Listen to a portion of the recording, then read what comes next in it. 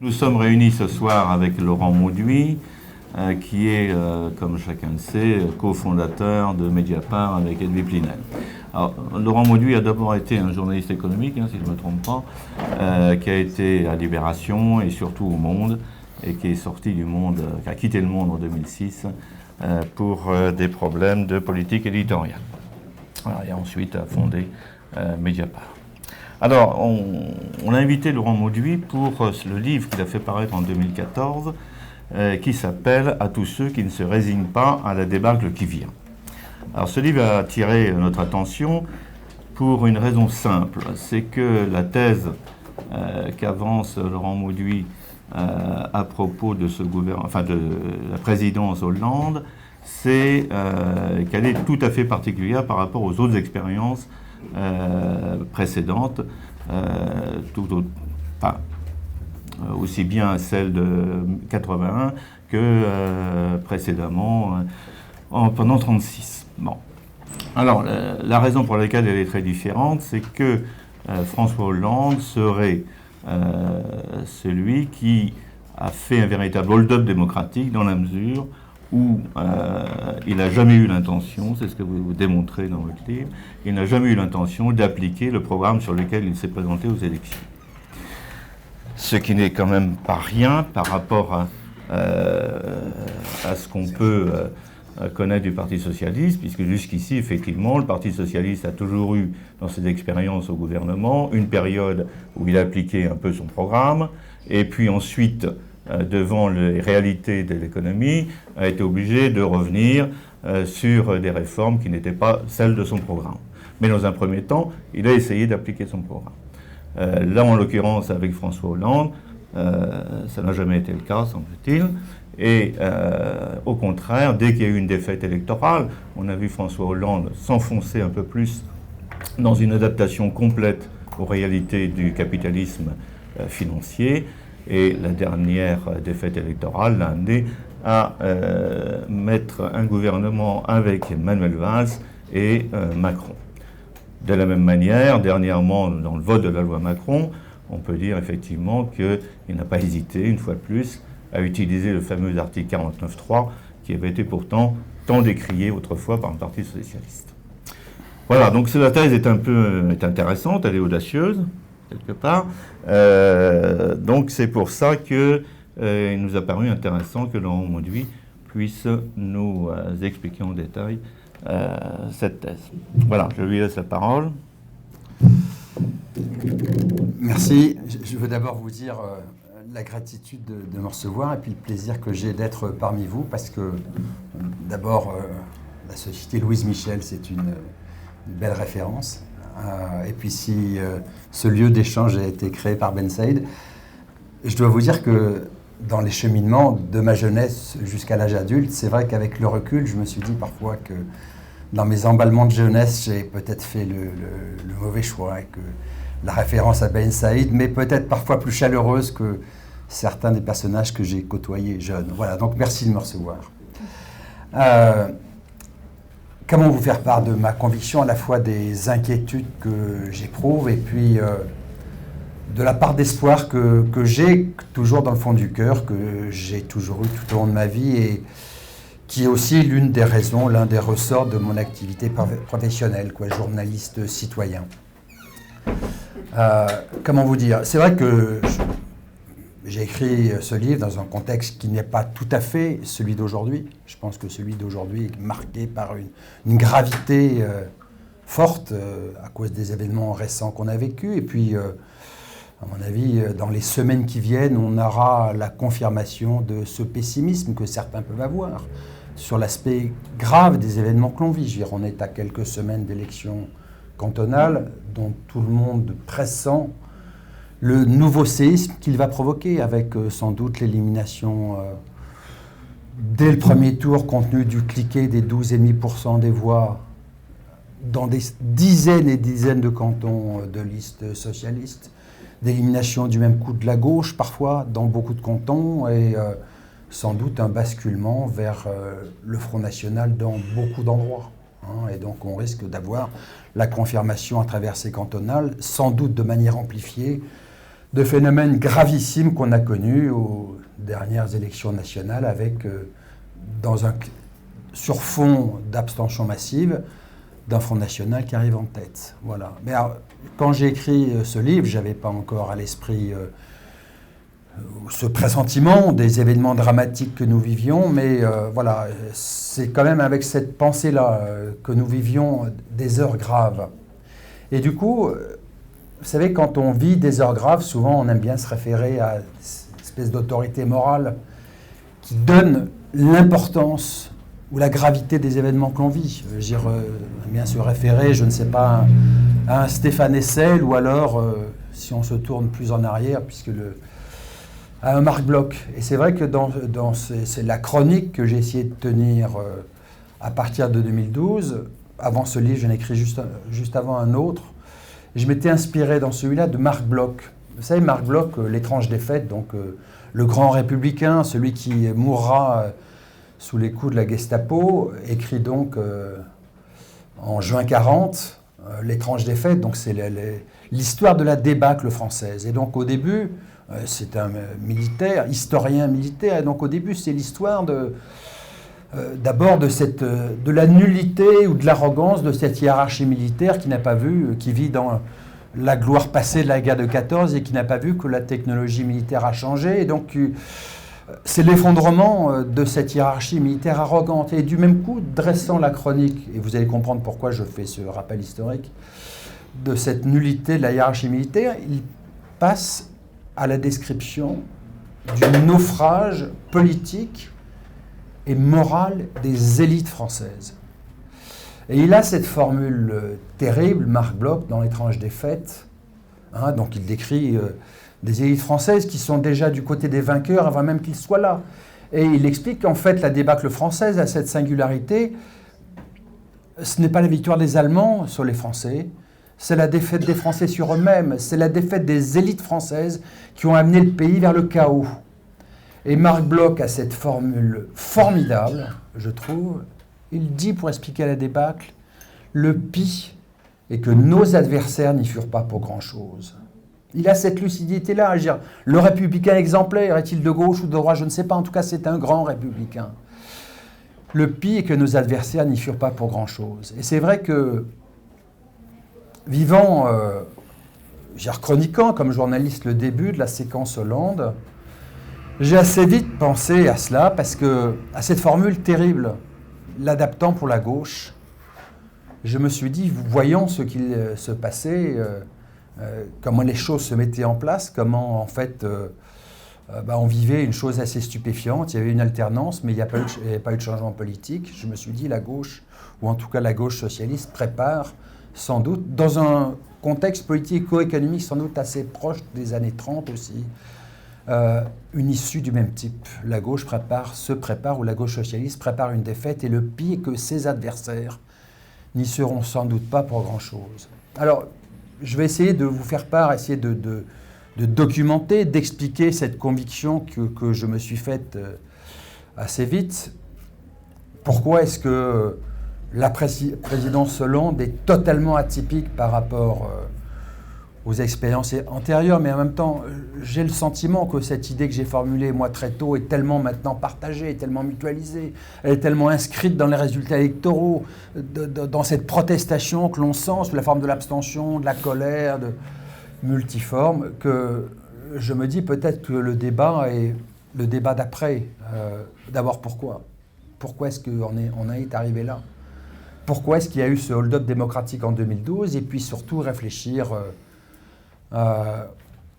aux conditions du sursaut possible. Donc c'est un peu à cette réflexion que je vais essayer de vous inviter de manière modeste, parce qu'il faut attendre de moi ce que je peux donner. Je suis journaliste, donc chroniqueur du temps présent. J'observe ce qui se passe je ne suis pas intellectuel, je ne suis pas économiste. Voilà, j'observe les choses, et donc je vais parler avec modestie, mais je vais vous dire la part de conviction que j'ai en observant les faits qui se sont déroulés depuis 2012. Donc les faits qu'on a vécus, vous les connaissez comme moi. L'aspect sidérant, stupéfiant, c'est que dans toutes les époques d'alternance, la gauche a créé des espoirs et ensuite des déceptions. Mais dans ce va-et-vient entre les espoirs et les désespoirs, ou la désespérance que la gauche a pu susciter, c'est vrai qu'au début, il y a toujours une part de flamme, une part d'enthousiasme, et de cette part de rêve que la gauche n'a pas fait susciter, il est resté des avancées législatives. Donc, 1936, certes, le gouvernement de Front Populaire avait dans les reins l'épée de la grève générale. Il y avait ce que Simone Veil, pas celle d'aujourd'hui, celle d'avant, la philosophe, il y avait les grèves de la joie, tel enthousiasme à cause de la victoire. Donc, contraint et forcé, sans doute parfois plus contraint que volontaire, le gouvernement de Front Populaire a fait des réformes. Pas toutes, pas beaucoup, avec timidité. Je veux dire, il y a certaines grandes réformes que fait Roosevelt au même moment aux États-Unis, comme la partition des banques, le gouvernement de Front Populaire le différa et on ne le connaîtra qu'à la Libération. Mais voilà, il y a ce legs législatif que vous connaissez, des grandes réformes, les congés payés, mais pas seulement, beaucoup d'autres. Et puis, voilà, il y a dans le souvenir collectif d'un moment fort. Ça ne durera peut-être que 6 mois, 6 mois ou 9 mois. Vous vous souvenez, moi, quand je me suis replongé dans cette époque pour la comparer à la nôtre, j'ai retrouvé ce discours de Marceau Pivert qui rompt avec le Front Populaire. C'est le discours 1er mars 1937. Quelques jours avant, Léon Blum, à la télévision, a fait une déclaration pour annoncer la pause des réformes. La pause, le même terme que celui que Jacques Delors emploiera longtemps plus tard. Et Marceau Pivert fait un discours pour expliquer pourquoi il rompt. Et il dit « Je ne capitulerai pas face aux banques ». Il y a une forme de résonance par rapport à ce que nous avons vécu. Mais bon, voilà, 1936, il y a cette part de rêve, cette part d'espoir. Et avant l'effondrement, avant le désespoir que le Front Populaire suscitera jusqu'à la capitulation ultime qui sera longtemps plus tard le vote des pleins pouvoirs à Pétain, il y a malgré tout ce moment d'énergie. Voilà. 81, c'est évidemment la même histoire, sans doute plus raccourcie, mais avant le virage de la rigueur, avant 82-83, il y a aussi, dans un aspect désordonné, des grandes réformes sociétales, la peine de mort, la suppression, il y a les nationalisations, il y a une politique de relance, certes sans doute à contre-temps, enfin peu importe les conditions dans lesquelles elle se mène, mais une volonté sociale avec le relèvement de tous les minima sociaux, de politique salariale active. Il y a cette part d'énergie. Et puis il y aura très vite, dès le mois de, j'ai oublié, octobre ou novembre 81, cette formule de Delors sur la pause. Je fais une dernière comparaison pour ensuite en venir à Hollande, 97-2002, si on observe le gouvernement Jospin, qui est une expérience ou un exercice du pouvoir intéressant. C'est pas tout à fait la même histoire, mais moi je l'ai lu et je l'ai vécu et je l'ai chroniqué à l'époque comme l'histoire d'une avancée progressive de l'impuissance. En clair, Jospin arrive au pouvoir après la dissolution de Chirac avec un programme très à gauche, on dirait aujourd'hui réformiste de gauche. Pour la taxe Tobin, Jospin propose la taxe Tobin avant même qu'Attac n'existe et ne le suggère.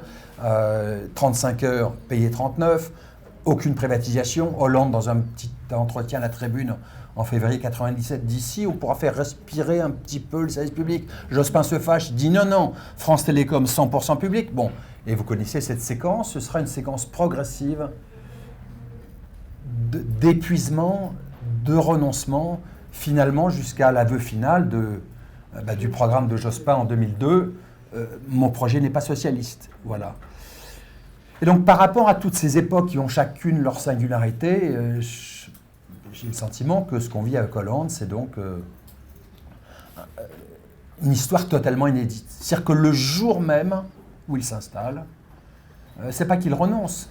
Je me pose la question, et je trouve qu'il y a beaucoup d'indices, de hold-up démocratique.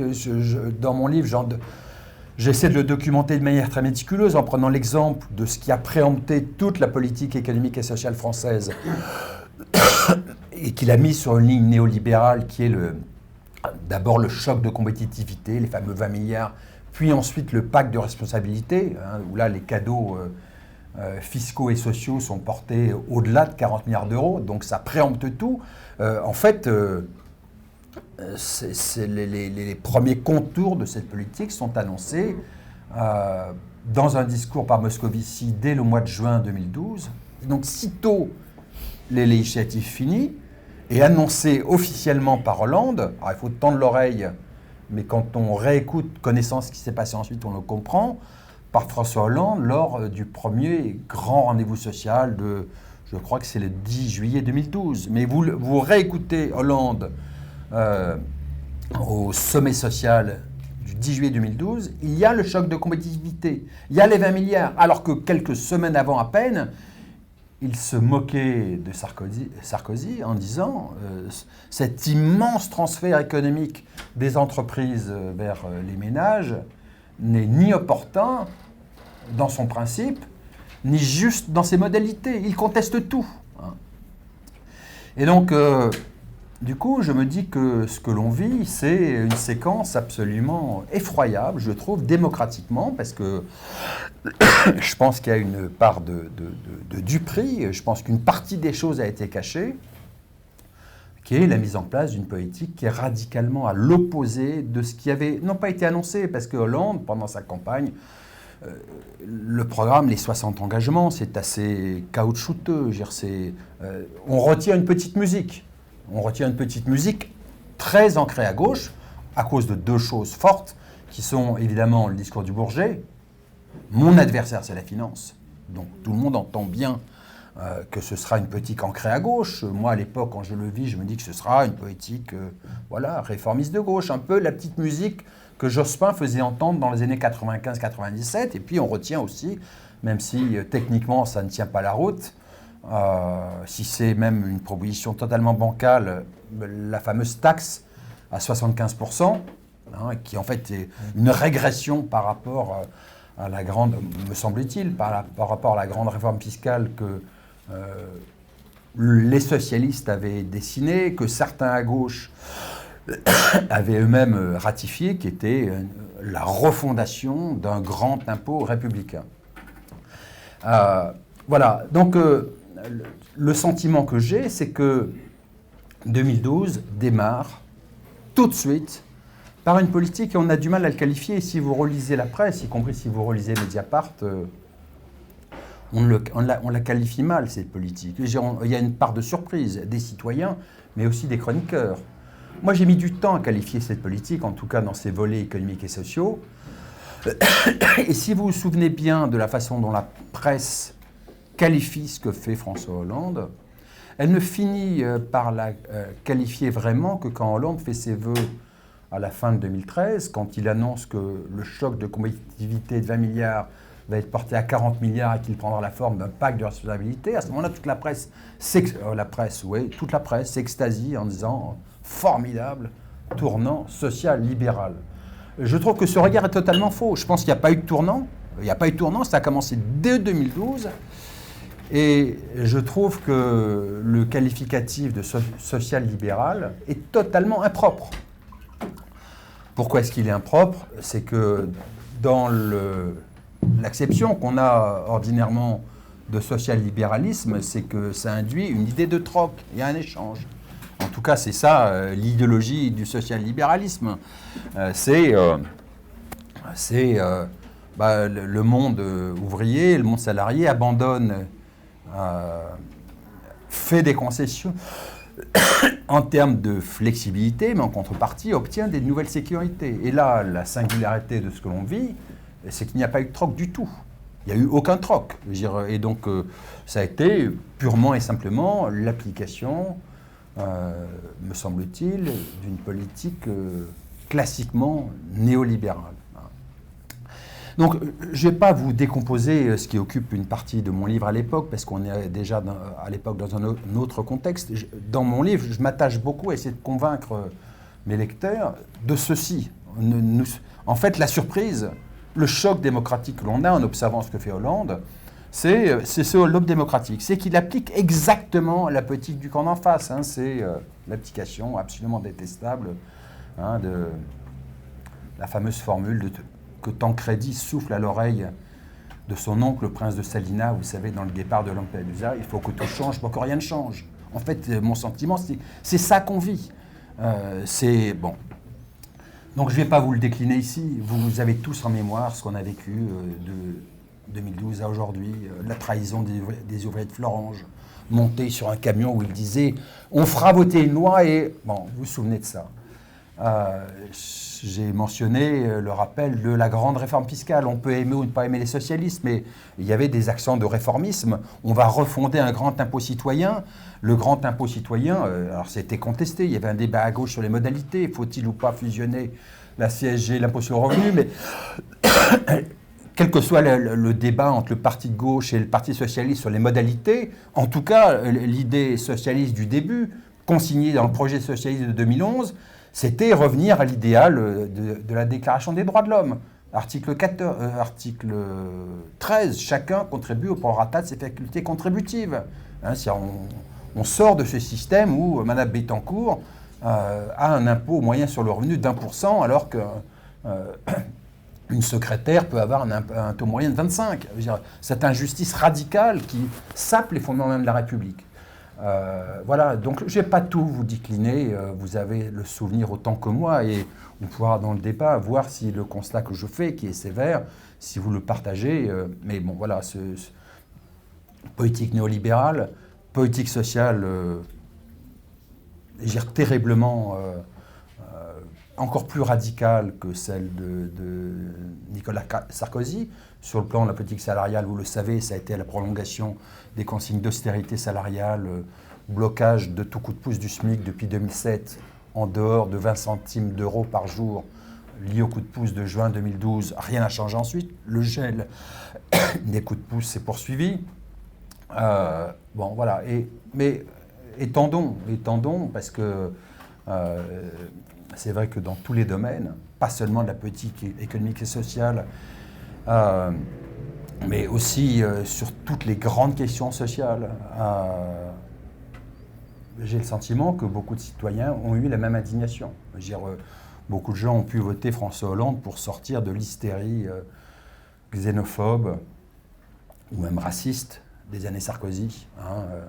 On a tellement entendu, pendant tellement de mois, un arabe ça va, deux arabes, petite phrase d'Hortefeux, des phrases insupportables, violant les principes même de notre République sur la soi-disant supériorité d'une civilisation sur une autre, phrase de Guéant, vous vous souvenez, et puis l'obsession, les Roms.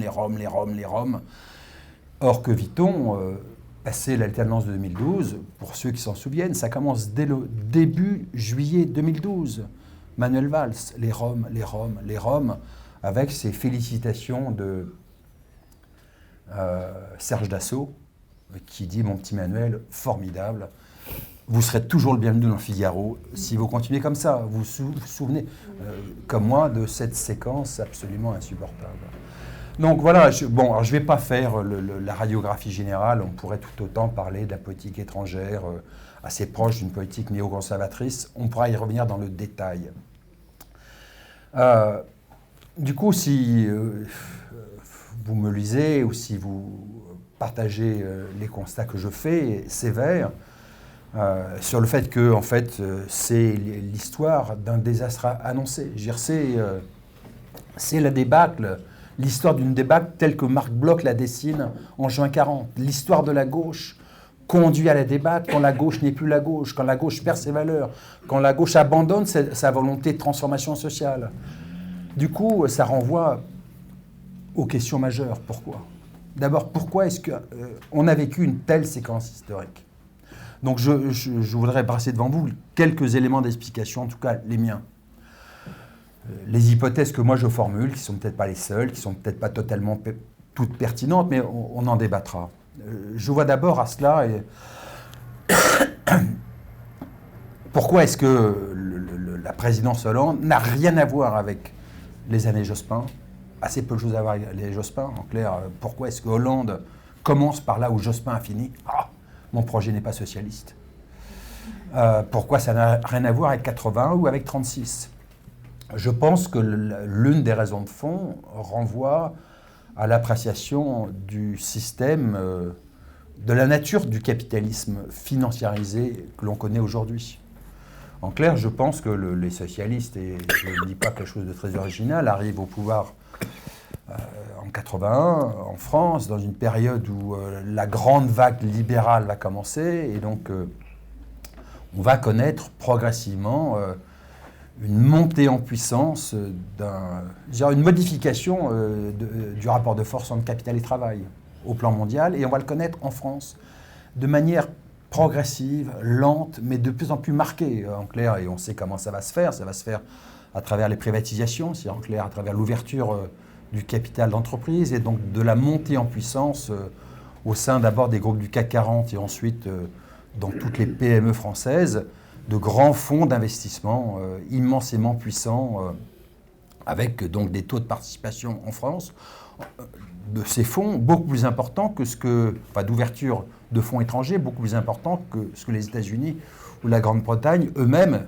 qui sont les modèles de ce système, toléreront pour eux-mêmes. Et de cela va découler tout ce que vous savez, c'est-à-dire de l'ouverture du capital des grands groupes français, va découler des modes de gestion qui n'ont plus rien à voir, c'est-à-dire les logiques du profit pour l'actionnaire. Et on va vivre en fait, on va rentrer dans une séquence qui sera la séquence pathétique de Jospin, de l'impuissance dont je parlais. C'est-à-dire les premières grandes manifestations des effets de ce nouveau capitalisme seront ce que l'on vivra avec l'affaire Michelin. Vous vous souvenez, sous Jospin, Michelin qui le même jour annonce une hausse des profits et un plan social, donc les premiers licenciements boursiers. Voilà. Et donc, moi, le sentiment que j'ai, c'est que on arrive sans doute dans cette modification de la relation entre capital et travail, et je parle en présence d'économistes, de vrais économistes, parce que je ne suis pas ici, donc je parle avec précaution, ils me reprendront peut-être. J'ai le sentiment que ce que l'on voit apparaître, c'est un capitalisme beaucoup plus tyrannique. L'ancien capitalisme, le capitalisme dit Renan, celui que l'on connaissait avant, Renan, vous savez, c'est clin d'œil au congrès de Bad Godesberg, du SPD, qui se tient à Bad Godesberg, petite localité au bord du Rhin. Donc voilà, ce vieux capitalisme dit Renan, c'est un capitalisme où la relation entre capital et travail est le produit d'un rapport de force. Mais selon le rapport de force, c'est un capitalisme qui peut accepter le compromis. Et le partage entre capital et travail, entre salaire et profit, se fait au gré des rapports de force. Et dans cet ancien capitalisme-là, le patron, le PDG, est une sorte de Bonaparte qui arbitre entre des intérêts multiples, entre ses salariés, plus ou moins de salaire, ses clients, des prix plus ou moins bas, et ses actionnaires, plus ou moins de dividendes. Voilà, et selon les rapports de force. Bon. Et dans le nouveau capitalisme, ce n'est plus le cas. Il n'y a plus d'arbitrage entre des intérêts composites. C'est beaucoup plus des PDG à la solde des actionnaires, et même qui sont souvent même... au début, on les a qualifiés de patrons voyous. Non, patrons à la solde des actionnaires, servant les actionnaires et rémunérés grassement pour cette raison. Et donc, j'ai le sentiment que quand on fait la séquence que l'on 81 aujourd'hui, on voit bien cette montée progressive de l'impuissance des politiques publiques du réformisme. Le réformisme s'essouffle. Et je trouve que notamment dans cette histoire d'épuisement progressif du réformisme, en parallèle avec cette montée en puissance d'un capitalisme qui accepte de moins en moins le compromis, qui est de plus en plus tyrannique, quelque part on sent la fin de ce qu'était la gauche dans son aile socialiste, réformiste. C'est-à-dire la période idéale pour le réformisme aurait été la période des 30 Glorieuses. Un capitalisme où, comme le disait à son époque Bergeron, il y a du grain à moudre. Là, les socialistes ont le pouvoir dans une époque où il y a de moins en moins de grains à moudre, où le capitalisme est de plus en plus tyrannique. Et donc, je me dis, c'est en tout cas le sentiment que j'ai, ayant tenu cette chronique depuis 81, ensuite les années Jospin et les années Hollande maintenant, c'est que quelque part on arrive au bout de cette histoire-là. Et je me dis que, Alors, vous savez, c'est un peu toujours comme l'allégorie de la caverne de Platon, hein. La vie change, mais il y a des ombres dans le fond de la caverne qui font semblant de vivre. Et donc, quelque part, il y a toujours à chaque élection, de la part des dirigeants socialistes, une part de volonté de prendre une posture, de faire semblant, de faire croire encore qu'ils sont capables de faire bouger les choses. Bon. Et donc, il y a eu cet aspect de posture ou d'imposture, je ne sais pas comment le dire, de François Hollande pendant cette campagne. Oui, je pense qu'en fait, lui-même n'était pas convaincu du tout qu'il le ferait. Voilà, première explication. On arrive au bout d'une histoire, qui est l'histoire longue du réformisme.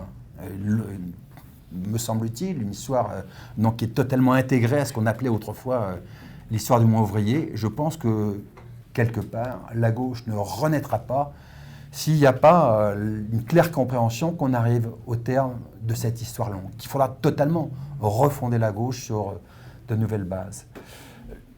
Les autres facteurs, il y en a un qui coule de source, qui est lié, à mon avis, aux institutions françaises, au caractère très bonapartiste des institutions françaises, ou présidentialistes, appelez ça comme vous voulez, ce qui fait qu'en France, plus qu'ailleurs, autour de ce système de monarchie républicaine, il y a des phénomènes oligarchiques excessivement puissants.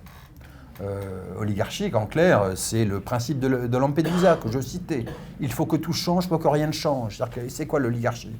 C'est une caste sociale au sommet qui est insubmersible, quelles que soient les alternances démocratiques. Elle reste en place. Elle ne bouge pas et elle préconise toujours, elle défend toujours les mêmes intérêts. Et si vous regardez l'histoire de Hollande, elle est là précisément très intéressante, puisque vous retrouvez dans son entourage direct Macron, dont on parlait, qui est certes nommé ministre de l'économie, mais le vrai symbole de Macron commence avant. C'est son principal conseiller économique à l'Élysée. Et qui est Macron? Macron est le secrétaire général, ou le rapporteur de la commission Attali sous Sarkozy. Et si vous reprenez la commission Attali sous Sarkozy, vous vous souvenez, c'est une commission d'experts avec Sarkozy plus plein de gens de droite, plus des intellectuels qui s'auto-baptisent GRAC. Mais bon, il y a d'une part une sorte de posture intellectuelle parisienne, parce qu'il y a dedans, il y a plus de mondanité que d'intelligence. Hein. Si vous vous replongez aujourd'hui dans le rapport Attali, vous allez vous esclaffer. Hein. Le rapport Attali sort en janvier 2008. Donc la crise financière a déjà commencé, la crise des subprimes a commencé déjà depuis 7 ou 8 mois. Il n'y a pas une seule fois le mot « crise » dans le rapport.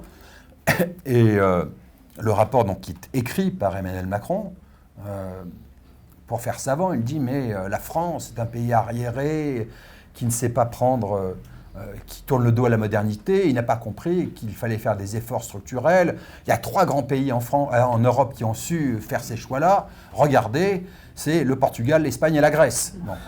Vous lirez des stupidités de ce type dans le rapport Attali. Mais peu importe, si vous prenez le détail du rapport Attali, c'est à 50% le détail de la réforme Macron qui a été passée à la hussarde avec le 49.3. C'est pour ça que je parle d'oligarchie. Alors, ce n'est pas les seuls phénomènes oligarchiques, hein, il y en a beaucoup d'autres. Jacques Attali est très emblématique de cette oligarchie française, vertébrée autour de grands corps, notamment autour de l'inspection des finances. Il y en a d'autres, hein, il y a beaucoup d'économistes aussi, pas forcément des savants, plus la tendance mondaine qui pérore à la radio et à la télévision, qui font partie de cette oligarchie. Mais si vous regardez l'entourage de François Hollande, c'est très clair. Hein, c'est-à-dire, il y a une sorte de... L'oligarchie a préempté, s'est infiltrée dans les sommets de l'État pour que rien ne change. Alors, je parle de Macron, mais je veux dire, qui, au cabinet de Jean-Marc Ayrault, était responsable du financement de l'économie, c'est-à-dire en clair du financement des entreprises, c'est un jeune inspecteur des finances qui venait de la banque BPCE, qui a passé 2 ans chez Marc Ayrault et qui est retourné chez Natixis après. Un système de porosité totale entre l'État et la banque, qui était à Bruxelles chargé pour la France de défendre le projet de taxation des transactions financières, c'est un jeune de l'inspection des finances qui, il y a 3 mois, a acheté l'éponge et s'est fait embaucher à la direction de la Fédération bancaire française. Bon. Et donc, au-delà des tendances de fond, il y a aussi des phénomènes oligarchiques très très forts. Il y a un troisième facteur sur lequel que j'aimerais pointer, ensuite peut-être que ça va, j'ai encore un petit peu de temps, qui est aussi l'histoire de ma génération. Dans le livre, je dis d'où je viens, ce que j'ai fait. J'ai été trotskiste quand j'étais jeune. De ces années-là, j'ai gardé des convictions. Il y en a d'autres que j'ai passé au tamis. Voilà, j'ai essayé d'avancer, de réfléchir, de méditer mes propres erreurs. Mais c'est vrai que moi, j'ai eu un effet de sidération parce que une partie de ceux qui sont aux commandes aujourd'hui sont les gens que j'ai connus quand j'étais jeune. Donc, Hollande, les hasards de la vie ont fait que j'étais à Sciences Po avec lui. On s'engueulait, on n'était pas dans la même chapelle. Et puis, comme j'étais jeune à l'OCI, j'ai croisé Cambadélis, j'ai croisé Manuel Valls, qui n'était pas trotskiste, mais qui était dans la même bande. J'ai croisé Jean-Marie Le Guen. Et donc, quelque part, quand j'observe ces gens-là à distance, et là je parle surtout Jean-Marie Le Guen, Jean-Christophe Cambadélis, Manuel Valls. Vous savez, tous les partis ont leurs défauts et toutes les républiques, dans la formation de leurs élites, des cadres dirigeants qui entraînent le pays, ont leurs défauts.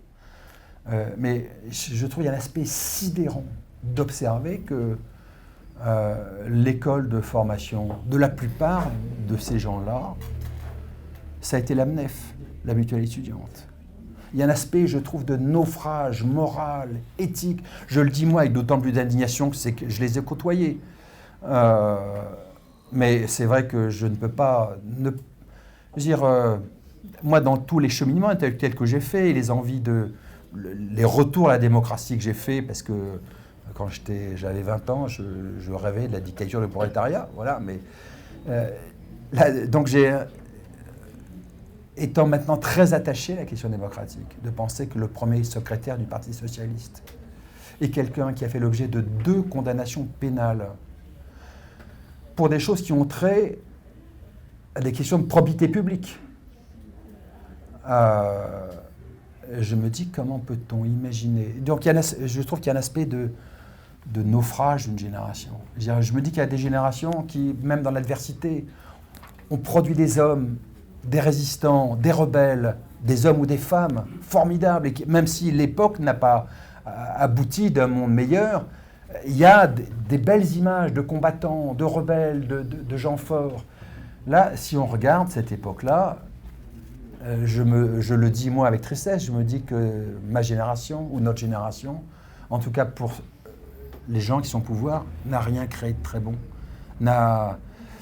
Il y a des gens forts qui sont battus, qui sont défaits, et donc, mais qui restent grands dans la défaite. Là, je trouve que il y a un aspect un peu pathétique, il y a un aspect de fin de règne, voilà, d'un monde qui est essoufflé, qui a produit, en clair, parlons de Manuel Valls, peut-être qui est le plus caricatural d'entre eux. Donc, alors on m'en a voulu parfois d'avoir dit ça de lui, mais quelle est sa légitimité intellectuel? Il passe 10 ans à l'université et je crois qu'il obtient difficilement une licence. Il passe 12 ans ou 13 ans à la MNEF, administrateur de la MNEF. C'est sa vraie école de formation. Et soit dit au passage, il est administrateur de la MNEF au moment où toutes les histoires de Carambouille commencent. Toutes. Donc sa vraie légitimité, c'est ça. Légitimité politique, le seul scrutin national auquel il est participé, c'est les primaires socialistes. Et vous vous souvenez, comme moi, de son score. C'est 5,9% des voix. Donc voilà.